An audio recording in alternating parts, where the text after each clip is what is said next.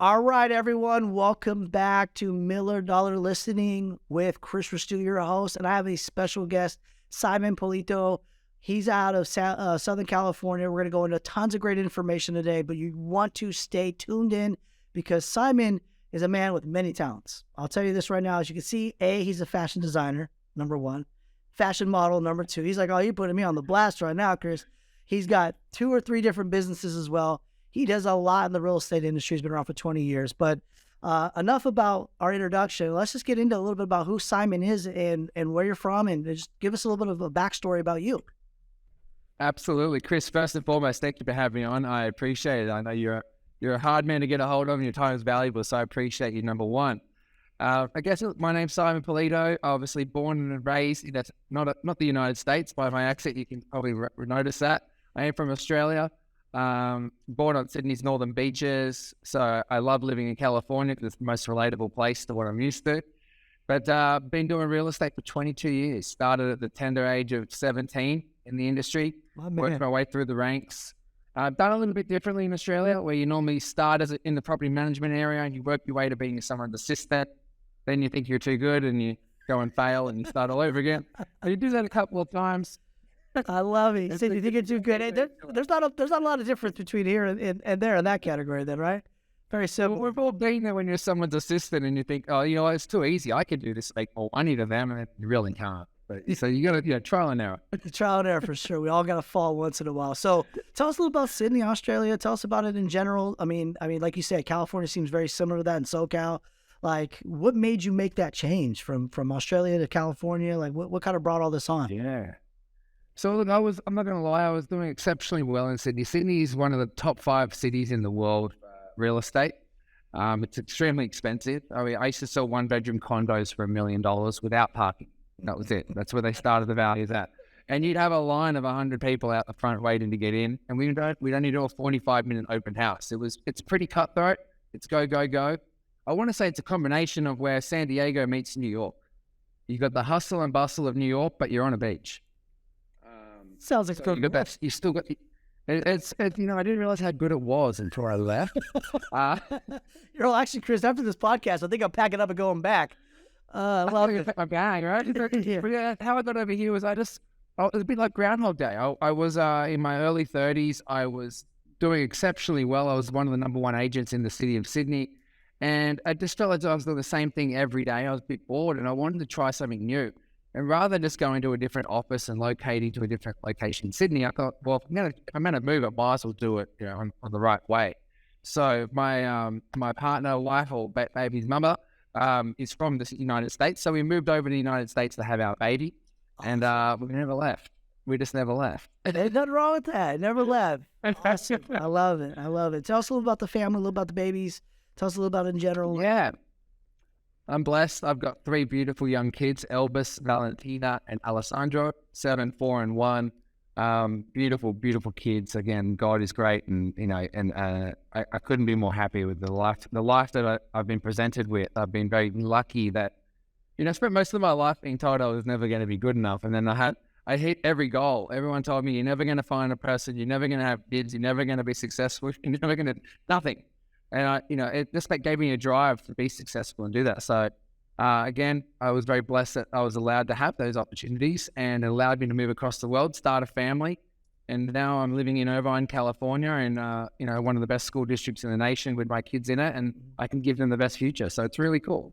Awesome, man. That's such great news, man. It's funny when you meet people and you get to know them, man. We all have a story, right? We all have a past. We all have like a chip on our shoulder. Any successful person's always been told they couldn't do something in life. And at the end of the day, it's what motivates you. It's like that little chip. You're like, oh, I can't do this. Sure. Watch me. Hold my beer. I'll be back. Right. Yeah. And it's exactly. Awesome. It's awesome to hear that, man. I love it. I love to hear where you came from and all of that good stuff. So tell me a little bit. So now you're in the United States, man. You crushed real estate in Sydney, Australia. Now you're in the United States. Holding market, probably don't know really anybody at all, right? So you started from scratch, let's call it, right? And I know there's a lot of agents out there that are like, hey, how do you start from scratch, right? Well, let's give us a couple pointers, man. Like if there's agents that move all around, what would you say, like, give me 2 or 3 things of like how you started from scratch to get where you are today? So the hardest thing first and foremost, which you guys probably won't have this issue with, I had to learn the imperial system. And yeah. You know that no one else in the world uses that, right? Yes, that is true. You know what's funny? That is not where I thought you were going to go with this, but it does make 100% sense. No, I had to learn. I had to go real deep. Like I literally started from scratch. I had to learn what a square foot meant. I didn't know. I mean, I don't know. How would you know if you'd never experienced it? He's not around in there. Learning about square feet, inches. I had no idea what any of it was. Miles, even. I had to re-educate myself. So even though I had knowledge of the industry, it was a challenge at the start because I didn't know anybody and I didn't know anything. So I was and I'm not a good reader. Truth be told, I'm a horrible reader. I like watching videos. I'm way more attentive to them.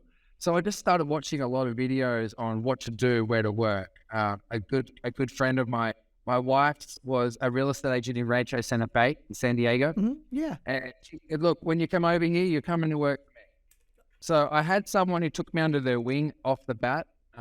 Again, massive learning curve. I mean, I'm coming from a country where there is no buyer's agents and there is buyer's agents. You can't be a dual agent. You can either be one or the other. It's illegal. You'll go to jail if you do both. But it's okay here though. Crazy, huh? Totally fine here. Crazy. It's perfectly fine here.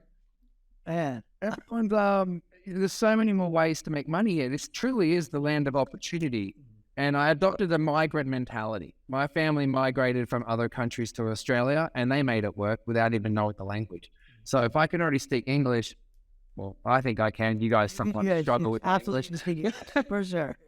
But if I could start from scratch there, if they can start from scratch in a time where they didn't have technology that we do, I have no reason not to be able to do the same thing that my ancestors and family had already done in the past. So learned everything, followed people around, honestly. And I know some trainers and coaches that don't say this is not the way to make money. I made my first $1 million doing open houses. Open houses was the best way for me to meet people because of the way I dress, the way I talk. I love people.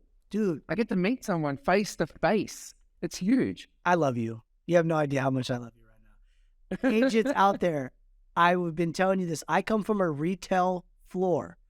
Your open house, guys, is a retail floor. These are people walking in to a house to see the product and want to have conversations with you if you just know how to talk to people. It is by far one of the best places to get now business. So Simon, the fact that you say that, and I know a lot of people out there saying, I don't want to do open houses. I want my weekends. Listen, guys, you either are going to pound the phones, pound the doors, or you work open houses and people come to you. You're going to choose, pick your poison, right? But I love it. Exactly. First $1 billion bucks. I mean, I used to do, you do 7 open houses in one day, Chris. Oh, you're going to see tons of people. Yep. All day long. I used to meet anywhere between 200 and 400 people in one day. I mean, I know you're a fanatical prospector. You're on the phones like a machine. How many calls would you have to make to get 400 contacts in one day? Oh, tons to get 400 conversations. You'd be there for weeks. Yeah, weeks on end. Yeah, no, it takes a long time to But you can do it in one day. So if you can do it in one day, you're going to fast track yourself. I immersed myself in every event I could get into. I joined every networking group that was available. Some of them were good, some of them were bad. You get the good and bad. But I got to meet people in all different industries, and I actually found by joining groups that had people in similar scenarios, to maybe not in our industry, but in different industries, I got to meet people who had the same troubles trying to meet new people, make new friends, and we all came from somewhere else. So it was really cool in San Diego. It's a bit of a melting pot, sorry, and that's how I sort of kicked it off. I just went deep, and it was a struggle at the start. I was lucky enough; I had some reserves to keep me afloat, but it is challenging. But you got to let your ego go to the side. You've got to be humble, and it's okay to start from scratch again. It's totally cool. That's so awesome, man. It's not beneath you to make that call. Make that call. It's not, but I think the fact that what you said is multiple different things there. One, I swallowed my ego, swallowed my pride. I was humble. I got myself a mentor right away, right? I did the work that I was told to do to get going. And I met as many people as possible because I knew the name of the game was meeting people and having conversations. And you, like anything, even networking events, like you said, which is awesome. You said, hey, I went to every networking event and joined every one of them. Some of them were great, some of them weren't. Guess what, guys? Some open houses are good, some of them aren't. But guess what? When you do enough of them, it all balances itself out. You make enough phone calls, some days are good calls, some days are bad calls. It's the formula of consistency that you just said is the reason why you're successful at what you do, is because it's not always a little magic pill. It's, listen, I'm going to go all in and I'm going to be committed to the process, and I'm going to take my lumps along the way, and I'll make my changes and figure out where my best use of my time is. But what I heard here was, I'm going to take risk. I'm not scared. I'm going to jump. I'm going to be consistent, and I'm going to go all in. And as long as I do those things, it will all work out. So congratulations, man. The thing behind me, I don't know if you can read it, it might be backwards. It says, take risks, make moves. Beautiful. That's life in a nutshell, right? You know, and it's challenging when you got kids because you're scared of taking that risk, right? Yeah. You know, there's more than one person that could be affected by your decision-making process. So if I was single, I probably would have gone a lot harder and push a lot more things. But I was scared. I got 3 kids, I got 3 other lives, and 4 other mouths to feed. And what you decide can just determine whether they have, lobster for dinner or pasta for dinner. So Absolutely. But the fact that you knew that, at the end of the day, you were going to bet on yourself. And I would tell every agent out there that's listening to this podcast, listen, at some point, you got to bet on yourself. If you want to be successful in this industry or anything you want to do in life, you just got to go all in. You got to be willing to fall and willing to take that risk and see what happens, right? At the end of the day. So outstanding job there, man. I love that. Let's go into one of your businesses, right? Let's talk about Reka, your auctioning business, and tell us a little bit about what brought this to this idea here. How do you run the system? How do people learn about it? Tell us a little about that system in general. Yeah. Reka. So I normally walk around with my weapon of choice. So it's ironically, in the state of California, this is not considered a weapon in your car, so you're good to go, Chris. You keep this in your car if anyone gives you anything. I love it. I'm about to pick one up from there after this. I love it. So the truth be told, auctions, look, I didn't invent them. It's not my product. I implement the product, but I didn't create the product. And I'm not going to take credit for so. It's been around for centuries. It's one of the oldest methods of selling real estate. Mm-hmm. Not just selling real estate, selling anything from back in the day. It's a bartering system, right? Mm-hmm. Yeah, it's how we used to do back in the medieval days. You'd go and you trade coins for something else, and that's how you trade. So in Australia, I want to say, maybe 25 years ago, it was real estate auctions were seen the same way that they were seen here in the United States currently. It was a negative thing. It was a bad omen. You do not want to do that. It's only for distress or foreclosure, something negative attached to your property. Something changed in Australia, and I don't know what that defining moment was, but out of nowhere, all of a sudden, it became the way to sell real estate. So in the state of New South Wales, where I was living and working in, where Sydney is, the state actually recognised that auction was a method to sell real estate and actually adopted a form, the equivalent of a car form, if you will. Yeah. So you have two types of listing agreements. You had in Australia, it's called a private treaty, which is the exact same as a traditional listing. Yeah. Or you had auction. And when you met with your sellers, you had, hey, which way would you like to go? Would you like to go traditional, or would you like to go down an accelerated route with auction? And that was always the option for every consumer. And you could always flip either way, no matter what. So I already was making a lot of success out of my doing auctions. I was doing anywhere between 3 to 7 auctions a month. Now, if you're doing 3 to 7 auctions a month, on average, our clearance rate was around 85 to 90%. We're selling real estate, and we're making a lot of money doing it. Now, the commission fees are a lot lower in Australia because the sellers pay for all the advertising in Australia. So it's a bit different the way it's done here. But when I moved over here, there was only one other company that I was familiar with that was doing what I knew, which was auctions. I won't name them because they're my competitor. But we're not. Hey, there's no $1 million listening here. We're not giving them no love. No love here. But I'm grateful for them for the point that they started the trend before I got here. They started 3 years here before me, and they're now in a couple of states. So the awareness has gotten out. Now, auction is just another tool you put in your tool belt, right? I want to be able to give everyone this option now, because I had the decision to make. Do I start an auction company, or do I just be like every other real estate agent in the United States and just go into traditional? Mm-hmm. How do I make myself, look, I dress differently, I speak differently. Hell, why not offer something different as well while we're at it, right? Building your brand. I started thinking about what's my legacy, right? I wanted to give something back to the community, because I truly believe this honestly is the best industry to be a part of. It's so rewarding if you do your job right. And I want to be able to give a tool to the consumer, being the agents we worked with, another tool to the other consumer, being the sellers we work with, and a transparent arena for a buyer to be able to bid with confidence, knowing that there's no games, there's no one hiding offers and playing, oh, we've got one offer when we don't really have one sort of game, or a multiple counter situation when there really isn't one. This is honest, it's transparent, and it's damn exciting. It's really exciting, right? Every time I do a demonstration, everyone's laughing, everyone's smiling. It's extremely serious. It's a very serious transaction, as we know, but it's also a lot of fun. And when I'm out there, ladies and gentlemen, here we are looking for everybody bids at $500,000. When do you want to go from there? 5, 5, 5, 10, 5, 15, 5, 20, first, second, third, finished, quiet, done, sold.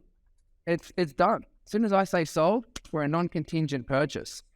Now, one of the things that makes it easy for me is that where you're located, in NorCal, you guys already do a lot of the stuff that we do with auctions already. So we do a lot of all the due diligence up front.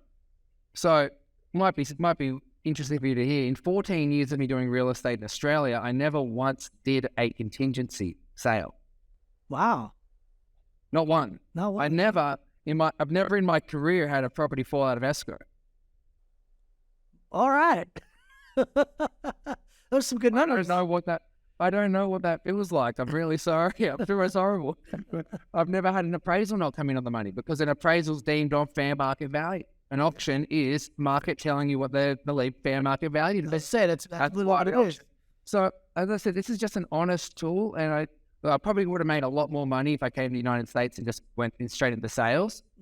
But I was looking at my longevity, again, for my future, to be able to give my kids a legacy of a business that I hope to have franchised out across the United States within the next 2 years. We are about to open up in several more states. Right now, we're just in California. I just was up in your area end of last week. I'm excited. I am looking to do some big things up there with you guys as well. So, grow your business, give you guys a tool, because the market is somewhat coming back, I feel. There's a bit of hype around right now. So getting numbers at open houses and activity, we're getting offers. I had one open house on the weekend. We had 200 people through in the last 10 days. 200 people, guys. So when you guys hear the news station saying the real estate market's going to crash, not happening, guys. No, we're seeing it here. Inventory levels are so low. Like, people don't understand. Like, we have no inventory. Like, 414,000 homes as a nation, right? Normally we'd have 800 minimum at this point to be in a normal market, right? Rates come down some more the way they have. Right? Buyers are ready to buy. They want to buy property, right? The reality of it is they're sitting there ready to go. And, you know as well as I know, sellers with low interest rates and tons of equity are like, if I don't get my price, I'm good. I'll sit here. I don't need to sell. So there's a game of, I like to say, chicken and mouse, or mice and chicken, whatever the saying is, you know what I'm saying. But sellers are like, look, if I can get my number, I'll do it. But if I'm not going to. And so until inventory levels can come up, we're just not seeing it. And so, yeah, absolutely. Multiple 20, 30 people on a day at an open house, sometimes even more. Some of our houses getting 3 to 10, 15 offers on them still. So the market definitely has rebounded, and it's really the good news, I would say. Simon, tell me if you agree with me on this one. Guys, we're in a normal, healthy market. And what I mean by that is, if seller does the right job, they market their house, they stage their house, they fix their house, they do everything right, they price the house correctly, hire the right agent. Chris Stu over here in Northern California, Simon down in Southern California. Yes, you heard that. We're going to give ourselves plugs here, right? And then you're going to make as much money as possible, right? Like, that's the reality of it. But if you don't do that, buyers are going to be able to get deals. They'll be able to work their magic. They'll be able to, sellers will sit on the market. They'll get nervous, and buyers will be able to get a deal on a property. So both sides can finally kind of win a little bit here, compared to being one-sided in the last 5 to 7 years, right? It was just crazy mayhem. So, no, I would agree 100% there. So that's why we offer it. It's just another tool in these markets. I love especially. Look, as the market went really quiet the last 6 months, let's just say, from July, August last year, really sort of tanked on us. We didn't really know where we stood. It was happening really quick. People were struggling with getting numbers through open houses. People were struggling with getting inquiries. People were just struggling in general. Right? The amount of agents that called me that had not worked outside of the COVID market, that were saying, we don't know what's happening. We put a property on the MLS. We haven't got any offers in our inbox. What's going on? I'm like, well, you actually have to do what your job entails, believe it or not. It doesn't sell, things that sell themselves. You've got to know your product. And your product, number one, is yourself. Number two is the clients. And number three is the product that you need them to sell for them. Because we are trusted advisors, Chris. We give advice, but we can't do that without the trust of the client. 100%. You've got to earn that trust. You Can't give it. So with auctions, we do a 1 hour open house twice a week for 3 weeks. And on the 4th weekend, you have a live auction at your home.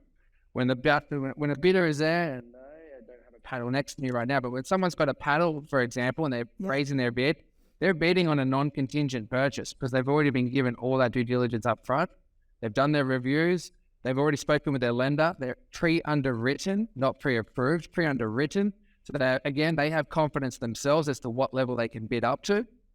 And then my job's kind of to squeeze every other last dollar out of it. So how much fun is that? How much fun is that? Heard the crowd. Oh, I love it. Like it can get awkward at times. But I mean, when we're doing an auction, we invite the whole street. It's out in the front yard, generally speaking, and everyone's around. We normally have a film crew there. We normally have a taco truck or a coffee truck, a coffee cart. Everyone's doing things, but then you always see that husband with the wife, and the husband doesn't want to be there, right? He never wants to be there. He does not want to bid on the house. He wants to be watching the football, the baseball. He's got many other better things to do. Well, I can tell you this, God help that man, because I know that's the guy I'm going to get the most money out of. I'm going to hone in on that guy like nothing else. And I'm going to, you'll see the sweat coming outside his face, cursing at me with lip signs. It's like, I've got to make everyone feel that this is your chance. Yeah. You know, hey, Chris, you've been to the home 5 times now. Don't miss out. I see your wife right next. Do you want to go home to an unhappy wife or a happy wife, Chris? What would you rather do today? Happy wife. I've already lost this. And everyone in the crowd's laughing. Right? Yeah. It's the pressure. So what this auction does is it makes someone do something they ordinarily would not do in a traditional sense. And because the way our process works is we have people wire in. To be able to play, you've got to pay. Yeah. And you've got to pay 8% you've got to wire that into an escrow account before you get the paddle. So when I say sold, I already got escrow's already open. Funds are received. Non-contingent contract is signed immediately on DocuSign. Guess what? Seller's secured, buyer's secured. It's a win for both. It's not like we're trying to do anything wrong by any other party. It's to give them both the assurance that, Chris, you're a buyer, you've secured that home. You can go home now and not have to worry about looking at homes tomorrow when you're any more real estate photos or in your text messages. And the seller can go out and have a nice dinner, relax, and not have to worry about a 17-day contingency that could fall over at any time. Yeah. So it's just about making the process easy and offering another option out to everyone. And we are the cheapest out there in the marketplace. We only charge a 2% fee for our service. And that is sometimes worked a different ways. Sometimes the seller pays, sometimes the buyer pays, sometimes the agent tips in a little bit as well. I'm okay where, as long as we get it somehow, I don't mind how we get it. It's about making it work for all parties involved. Got it. So it's 2% for you guys to come in. Seller can pay, buyer can pay, mixture of seller, agent, buyer. Doesn't matter how you get the 2%, just give me 2%. And then something you said earlier, I want to go back to. It's 4 rounds of auctioning, so there's 3 rounds before? So 3 weeks of open house. Oh, 3 weeks open houses. Okay. Yeah. So you're going to be showing this property for a total of 6 hours in total. 6 1-hour open houses before we have the official auction itself. So you're giving everyone a fair chance to come and look at the property, do their due diligence. Now, having said that, one of the most unique parts of our program is that you don't have to go to auction. You can make an offer before at any time. To be honest with you, in the last year, I haven't called one auction in the last year because that's the way the market was going. Properties weren't lasting more than a couple of days on the market. In fact, in Irvine, where I live, the average days on market last year was half a day. Wow. Okay. It didn't last the whole day. So I can appreciate no one wants to sit on the market for 4 weeks when you can have it locked up in a day and you can close within 4 weeks. Yeah. So this is our market right now. We are really strong in this market. We had an open house on the weekend. Like I said, we had 65 groups through in 1 hour. That's a lot, man. Talk about building a frenzy. Like everybody's like, and now you're getting everybody walking in, they want it now, right? And then they want to win, and then they want the emotional attachment. Like you're just buying right into it, to how people are, how they basically work in general as humans. That's phenomenal. So 1 hour, 60 groups. So you must have a whole team there. Then it can't just be Simon, right? Like you can't talk to so many people. That's a minute per person. You can't talk to every person. Yeah. And that's kind of the tactic that we approach, right? Yeah. Because no one's going to get into our open house without giving us their name and their number and their email address. I don't care if it's the president, right? Yeah. You're going to get your name, your number, and your email address when you come through the house. 1, for security. 2, for your health and safety. So in case someone gets the virus, that we're still somewhat in the pandemic, I guess. And the third one, we're going to give you a call back within 24 hours. We're going to ask you, if you like the home, what do you like, what didn't you like, and what would you pay? Pros, cons, and price feedback. Our seller gets that report twice a week. So the seller is getting raw, direct feedback from the market. Hey, Chris, following your open house on the weekend you're in Concord, right? Yeah, we're in Concord, Antioch area, yeah. In general. So, following your open house in Concord on the weekend, we had the following groups through. Mr. and Mrs. Brown liked the kitchen, didn't like the backyard. They weren't doing it. You as a seller can now make an educated decision as to when you get an offer to compare it against the feedback, whether that's a good offer or not. Yeah. It takes away a lot of pressure from the agent, which is normally like, hey, look, Mr. and Mrs. Seller, here are the comps. It looks like the comps say we should be getting this much money if we do this. And if we don't, what do you want to do? We're not talking comps. We're talking, Mr. and Mrs. Seller, the market said they would pay this much money for your home right now. Mm-hmm. What would you like to do? So it's just a more direct, honest way to get everyone to, one, realize what the market value is and pay what they're comfortable with paying. Yeah, no, it seems like a win-win for everybody. It's very transparent. You're giving it many options, and you're saying, like you said, this is one option. They can still go traditional sale. You're not forced to do one or the other. It's just, like you said, it's a tool in your tool belt, right? It's what makes you stand out, right? And I can see how this market is going to change. You're definitely going to see more of that, what you're doing compared to the market we were just in. So it's actually perfect. So how do you attract people to real estate? There's 2 things, price and image. That's it. Mm-hmm. Price and image is what's going to attract someone to a home. We live in a digital age. It was the reason why TikTok and Instagram are so popular, and YouTube, because there's no reading involved. It's just viewing. Yeah. So if you have phenomenal imagery on your property or phenomenal multimedia, and you have for an auction, let's just say your home is $1 million. If a traditional agent listed it, they'd probably list it between 950 and 1.05. Yeah. I'm going to list it at bidding to start from 700,000. You're getting everybody's eyes. I'm taking you out. I got everyone's eye. Now, everyone knows it's not going to sell for 700. Yeah. But it gets their attention initially. Think of an Apple phone. Same thing. We market it on a Monday. We go active. We don't have our first open house until the Saturday. You're not seeing that home for 5 days. So when that Saturday comes, there's a line of people waiting to get in. Because there's no lockbox and there's no by appointment. You're only going to see the property via our set schedule of open showings, which is 1 hour twice a week, 3 weeks. So it just creates a market when the media, like you said, is talking it down. You're just building urgency. You're just building your own market, basically, is what it becomes. It's just like, look, we have to. And you have to, right? I mean, that's supply and demand 101, right? Like, if I give somebody 8 hours to come to my open house on a Saturday, right, you'll have some people just come in when they have time, whenever they feel comfortable. There's no urgency. There's no, there's a lot of people here that want this house. They're like, it's probably going to be on the market for a couple more weeks, right? You force people with 1 hour, and then you give them 5 days to sit on there, and they're like, babe, we have to go. And as well as I know, we said it earlier, happy wife, happy life. What are you doing Saturday at 1 o'clock? Well, we're going to go see this property because my wife wants to go see it, and I don't really have an option, right? So you literally have people for 5 days just waiting to see this property to then come into the house and see everybody else doing the exact same thing going, that's it. Now I want to win. Now I want the house. Babe, I want the house. Like, what do we got to do to get the house? And then they go home and they realize we got to make it work. And now you're just getting them right to where you want them. And here's the good news for the buyer: they get the property they want. They're happy. They're willing to pay the price they want to pay. Nobody's going to force them to pay what they don't want to pay. So they get that. And seller goes, I know that my house has been seen by as many potential buyers who want to buy my house and ready to go. So it's a win-win for both parties. And the seller sells it if they get the price that they want. So I actually love it. That's great. It's consumer confidence. When the consumer confidence is down because the media does create fake news, they have to sell news. That's their job. Mm-hmm. And unfortunately, they report delayed information, and they don't talk about the good stuff. And by that time, we've got to create our own market. And the consumer's got no confidence. How do we give confidence? By showing them their competition. Yeah. Hey, Chris, I know the market's going down, but there's 55 other people here right now that are looking at the home just like you are. Mm-hmm. I don't know if it's going to make it to auction. I know you like the home. What do you want to do? So, and here's all the due diligence. Here's a link.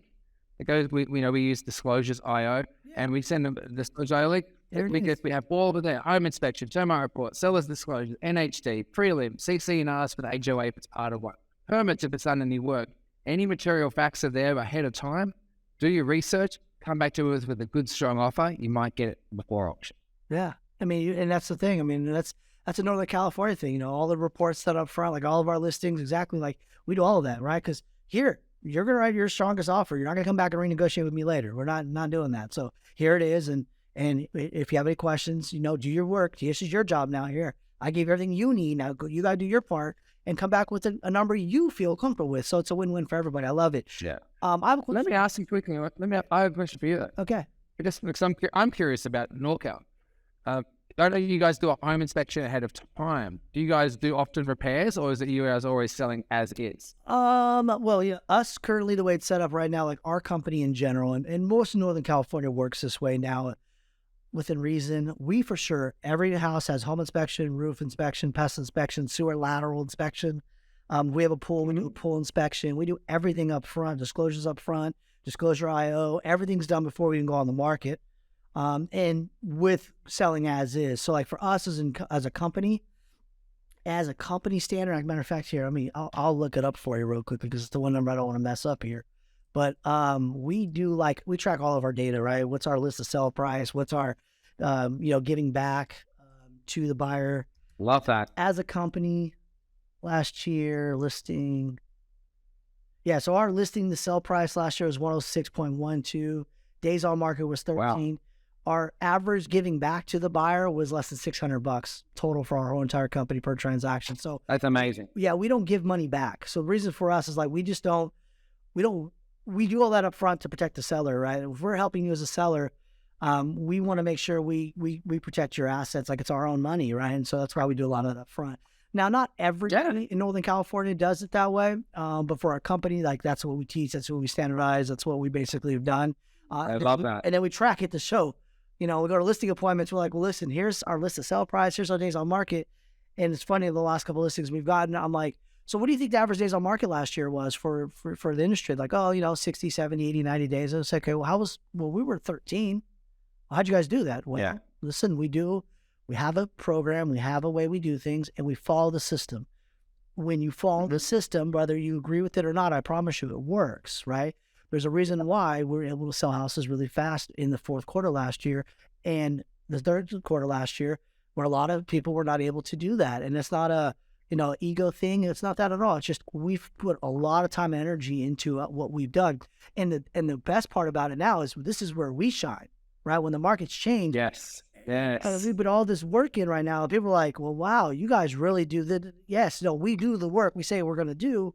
In the old market, we know, this, man. As an agent, right? We had 1.7 million agents. You put a sign in the yard, you put on the MLS, your offers right in your inbox. Sit back like this. Yeah, you're like, I'm going on vacation. I'll be back, right? Like, it was that easy. And let's just keep it real. It was. And as well as I know, we call expireds all the time. You're on expireds. We talk about it all the time. Like, what do you hear from everybody? You can look at the photos. You can look at the pricing. You can look at the description. You can look at the confidential comments. You can see there's no disclosures or reports, and you can see why houses sat on the market, right? And you can see it. And so it's like, we just want to make sure we do our due diligence for our clients to make sure they know, like, listen, we want to look at the data.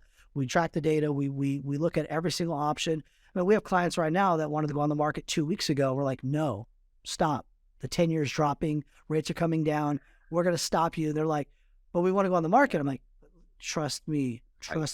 And they're like, you're not going to let me put my house on the market right now. I go, no, I'm not going to let you lose $20,000 because you want to go on the market. I'm going to slow us down to speed us up. And they're like, we went to the open house this week, and they're like, oh, man, it was awesome. I'm like, I told you, now let's get some offers like we promised. So let's finish the job, right? So it's just, sometimes those are the way things work in general. So I'll give you a little feedback, hopefully answer the question that you asked and all that good stuff for you, but pretty standard there for sure. And that's one of the reasons why we do it as well, so we can sell it as is. Because at the end of the day, a seller, you don't want to sell it doing your repairs. They're not going to do the best quality. They're just going to do whatever is necessary to get it passed. Correct. And you rather take the house as it is and know what you have to do at the end of the day, and know that I want my people to come in there and do it, right? Because As a buyer, I don't get to Exactly. tell the seller who they have to use. The seller can use whoever they want. They can use No. themselves if they want. If they want to become an electrician and become an electrician today, they can do that, right? We can't stop them. So the reality of it, yes, you want to kind of get it as is for sure, 100%, as is. Love that. So that's one of the reasons why we're able to sell with no contingency. Everything's as is. I love it. I love it. So it's good. So question for you now. This is actually just a me question. So is there a difference for you with the auctioning on price points? Like, is this something that you would see happen in the $3 to $5 million price point as well as the $500 to $1 million price point? Or is there kind of a bucket where this really works really good in? So I love this question because I'm probably going to give you a different answer than most other auctioneers or most people in general. I know everyone loves doing the high end because you make more money. I love doing the low end because I get to meet more people. And it's a bigger buyer pool, and it's more fun, right? As we call it in the industry, the bread and butter of our industry, right? And absolutely. That million, for me, the magic $1 million mark is always where we see the most activity. You have the biggest buyer pool, and you're still a conventional loan if you're, depending where you're located. Once you start getting into jumbo loans, that's when it starts changing. When you start getting into the ultra luxury, this is a great tool as well, because how do you put a value on something that is unique and one of a kind? It's going to be beauty is in the eye of the beholder. It's what someone's willing to pay. And the reason why I say it is, like, I used to sell views in Australia. That's what I did. I didn't go wide. I went up. We had high rises, 24 to 40 stories high. And if I couldn't walk to my listings, we wouldn't take it. But every level, I'm serious. If I couldn't walk to it, I'm not taking it. I didn't need it. There was 5,000 homes within walking distance of where my office was. Yeah. You're like, this is my this is my farm right here. Walk up and down the street every day for 10 years. So we do that, but every level had a different price. And sometimes the lower levels put a higher price for the view than too high. Because if you're too high, you couldn't see the view from your lounge room. You had to go to your balcony and look down. So it was interesting for me. That's where I learned that value should never be dictated by someone who is not buying the product. Value should be dictated by what someone is prepared to pay to have the usage and the accessibility of the product. So ultra high end is extremely beneficial to go to auction because it does give everyone a fair chance to tell us what they feel is value. And in the lower end, when you've got competition, it gives everyone a fair chance to have a chance to bid against each other. Not submit your offers and we might get to them, we might not get to them. We've got so many, we can't counter everybody. It sometimes can be a drama and a nightmare for the agent as well. It's hard because if you got 20 offers, Chris, and you call the first person, by the time you call the 20th person, that first person's probably had a good hour to decide whether they want to up their offer or not. Yeah. And they've got an advantage over the person you called 20th. Not your fault. You just can't call 20 people at the exact same time. Yeah. Right. But you can with an auction. You can. You're right there. Because they're all in front of it. They're all in front of each other. And I'm like, ladies and gentlemen, first call, $1 million. Second call at $1 million. About to go. Quick, don't miss out now. Are you sure? Are you sure? Are you sure? Yeah, all right, F this. One more. I love it. Well, ladies and gentlemen, here we go. One more. We're at $1,010,000 now. $1,010,000. That's that last chance that so many people did not get during COVID. No. The amount of buyers I met that missed out on a home by $500 because they're in a lot of people, especially in Southern California. I'm not sure if it was exactly like this in Northern California, but everything was a best and final scenario down here. The highest and best, whatever you want to call it. So you submit your highest and your best by Tuesday, 5 o'clock. Well, I ring my buyer's agent as a buyer and I say, okay, Chris, the asking price is $1 million.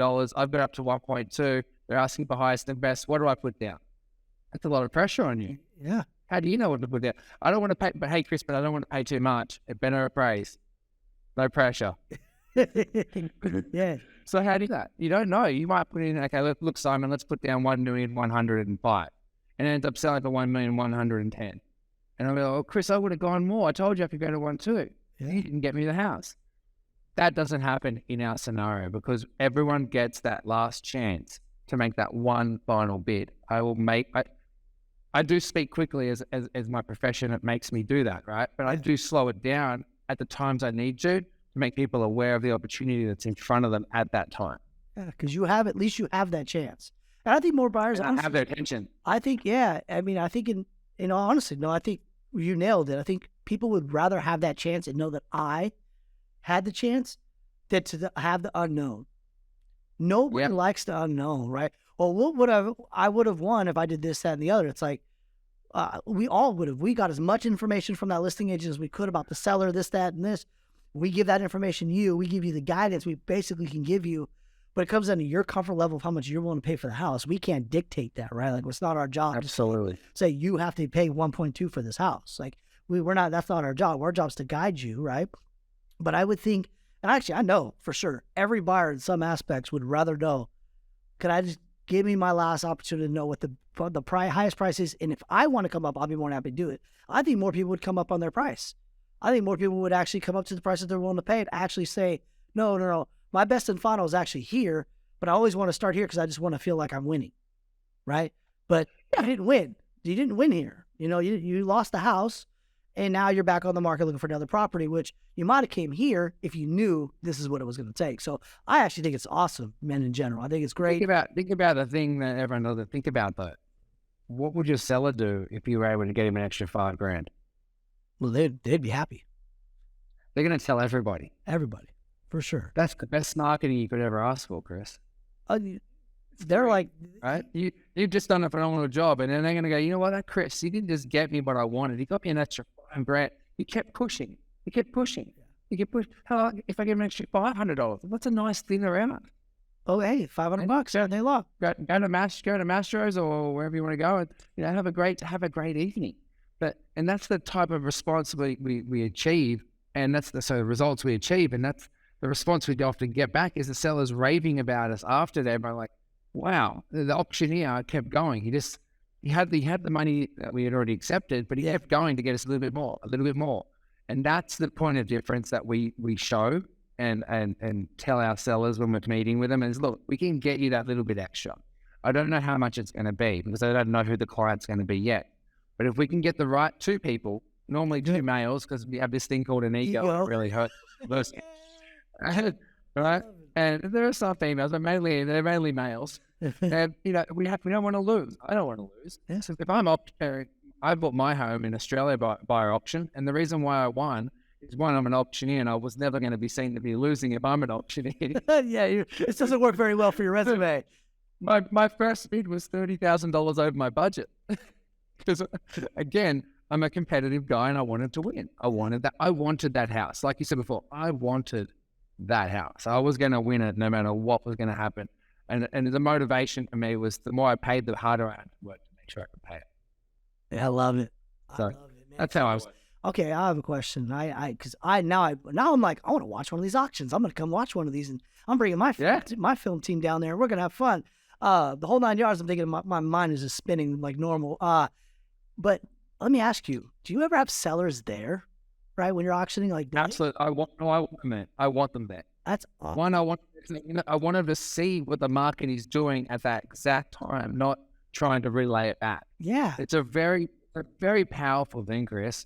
And I'm not saying this to bash down sellers, but it's a great educational tool for a seller to realize the true market value is on their property. Hey, look, Mr. and Mrs. Seller, we just took your property to a live auction where the market showed us what they are prepared to pay for your property at this exact moment in time. They've all put 3% down, and they're all signed off on the terms and conditions and the bidder's registration saying they are ready to sign a non-contingent contract. Now, I know you wanted 1.2, we're at 1,150,000. What do you want to do? I love it. They will often take that number because they've realized and then the number that they wanted might have been a little bit unrealistic. Yeah, it wasn't there. They thought they can get there. They would love it. But the reality sat in. Here's what they're willing to pay you. Are you going to walk away from this? And they're like, no, I'm not. Let's wrap it up and go. And like you said, it's a non-contingent offer. It's basically closed at this point. Their EMD's already in, right? Like it's correct. They're good. Like this is not like, let me think about it. I've already done my due diligence. So it's, hey, go take your vacation. You're good. You're fine. So no. As soon as I say sold, we're done. Like that's the biggest thing now. I just lost my whole train. I thought I was going to say something else. I just lost the whole thing. Don't worry about that. Scrap that. It happens, man. We talk fast. Both of us. We're like, my mind's like, Like, I got so many ideas right now. I'm all, how do we bring this up to Northern California? We want to be the first one. How do we do this? How do we do that? All right, we're going to have to get Simon up here. Oh, yeah, let's do it. When to book that flight, I'm back on that flight. Oh, dude, I'm going to have you up here. I'm up in Walnut Creek last week, and I told you, I love the area. I was really, really impressed with your communities up there. Beautiful people. Yeah. And I'm licensed there already, so I don't have to jump through any more hoops to get licensed to work with you. I'm ready to go. All right. I'd love to be able to imagine this, Chris. Imagine if we listed 10 properties in a month with your team and we called them all in one night. You opened 10 escrows in one night. I'm ready. What would that do for your business? That would be amazing. Hey, so that's cool. And it also gives you structure in your business, because you know that every Wednesday or Saturday or every Thursday and Sunday or whatever days you pick for your open houses, they're already set. So it doesn't disrupt your prospecting time or your appointment time, because you've got a set schedule. And it also shows the seller that you have a plan, a system, if you will, and you stick to that. You are regimented, because you do get results. You're not a part-time agent. You're a legitimate. Absolutely no systems. I love systems. You had me sold at systems. Yeah. I know you are. I'm all systemized. If we can make people's lives, we don't know exactly what it's going to be like every single week. I mean, why would you say no to that, right? Like at the end of the day. No, that's awesome, man. What I'll do is we'll chat offline about this stuff for sure in the future, but I'll talk to the ownership team, man. We'll get you dialed in, and absolutely 100%. We got a Silicon Valley branch too. We got 2 markets that are working in the Sacramento market. We're going to have Northern California ready to go. So I love it. I love it, man. Well, let's link up and link north with south. Let's end this rivalry. Let's end it. Well, hold on. No. Hey, sports teams, man. No, this is Northern California, all right? We're not a Rams, we're not a LA. No. I'm on a Rams. I'm not a 41er. Oh, shots fired. Shots fired. That's it. I'm kidding. I know. It's all good. All fun, man. I got told when I moved here, I got given a Chargers jersey, and I was told, hey, you're now a Chargers fan. I didn't get the choice. I did not get a choice. It's funny about this, Simon. It's kind of how it works. Losing team from day one. So I'm just kind of accustomed to losing in sport. You know what? I got to give it to them. I mean, California in general, as a whole, I mean, if you think about it, sports-wise, we're pretty blessed in general with teams. Absolutely. We talk about it from the Niners, the Warriors. I mean, we had the Raiders. They cheated on us 3 times. They moved to Las Vegas. But the A's, then you got the Lakers, you got the Padres, you got the Dodgers, right? You got the Chargers coming around. I mean, and beautiful weather, beautiful people, right? Yes, there's some negatives in California, but as a whole, we're pretty blessed in general, right? We got to say that. I wouldn't live anywhere else in the United States. Yeah, it's worth the money, right? It's same as this is actually, believe it or not, cheaper than living in Sydney. That's crazy. It's cheaper than living in Sydney. Yeah. I mean, you pay $10 for a coffee there. I'm making more coffee. You're paying $25 for a salad. So I come here and you're all amazing. This is like a discount double check State Farm commercial. I'm ready. Valet, you really have a couple of places that do valet. You'll be paying anywhere between $50 to $70 for valet. Wow. So when I came here and saw people doing it for free, I'm like, sorry, what? Yeah, excuse me. You're going to park my car for free? Yeah. Here's a tip. Here's more. Just take. Yeah, take my money. I'm living life. Everything we see is through our own perspective, and we only know what we know. And it's unfortunate that some people never get to experience what the benefits are of a different location because they can't get out of that trap. Our job's to help them get out of that and live a better life, offer them an opportunity, and have some fun doing it. So many of my friends, I go everywhere now, and everyone says to me, "Oh, everyone knows you." Right? I literally get stopped in the street. You're the what's up guy. Yeah. Sure. I came here, like you said, I didn't know one person. Yeah. I had to push myself. I'm generally, believe it or not, you probably don't. I'm a shy guy. The suit gives me confidence. It does. In normal clothes, I'm really shy, and I mean, I'm scared. I don't know anyone, and I don't want to be judged. And I always worried about what other people thought about me. Yeah. Until I realized that I had a new why, which was my kids, and I had to push myself to give them a better future. That made me meet people, talk to people. It made me talk to you. I joined Tom Ferry not just for the coaching. To be honest with you, that was probably the lowest component of the Tom Ferry organization I joined for. I joined for the networking. Yeah, the people to meet, the community that we're a part of, the ecosystem and the family group. The way it has. I want to give you a quick plug here. Chris, the way you support everyone in our circle is so humbling and mind blowing to me. It's something I haven't seen in a long time. You know, people that genuinely care about, genuinely care about other people, not just themselves all the time. So I want to say thank you, because I know there's a lot of people out there that are very grateful for you and the opportunities that you've allowed them to be presented with. So I appreciate thank you, man. You're destroying it out there in the market. I love what you're doing. You're disrupting it. I've got another toy for you to play with. Let's have some fun. Let's have some fun. Make some money, and let's celebrate. Let's do it, Simon, man. Well, I appreciate you hopping on today, guys. Hey, everyone who's listening to $1 Million Listening, thank you for tuning in to us. If you guys want to know Simon, tell them where you're located one more time, because listen, he's the man. Him and Christina are phenomenal down there. Where the location is, where should we send them so they know if I'm buying real estate in this area, there's only one person to call. Okay, so I'm located headquarters out in Newport Beach, California, Orange County. But the best way to get a hold of me is connectwithsimon.com. Just think, connectwithsimon.com. All my social media. Instagram's a great way to connect with me. I'm very affluent on that. YouTube, or my phone number directly. Call me directly. Don't email me. It won't get to me quick enough. Call me. And I'm old-fashioned. He's old-fashioned. He likes to phone. For a reason. It's not. I mean, no one calls these a text. They're not called texts. They're called phones, because you phone people. Don't text them. I love it. I love it. Well, Simon, man, we appreciate you getting on, man. Once again, we'll get offline. We'll talk. We'll link up and get things dialed in, man. But I appreciate you.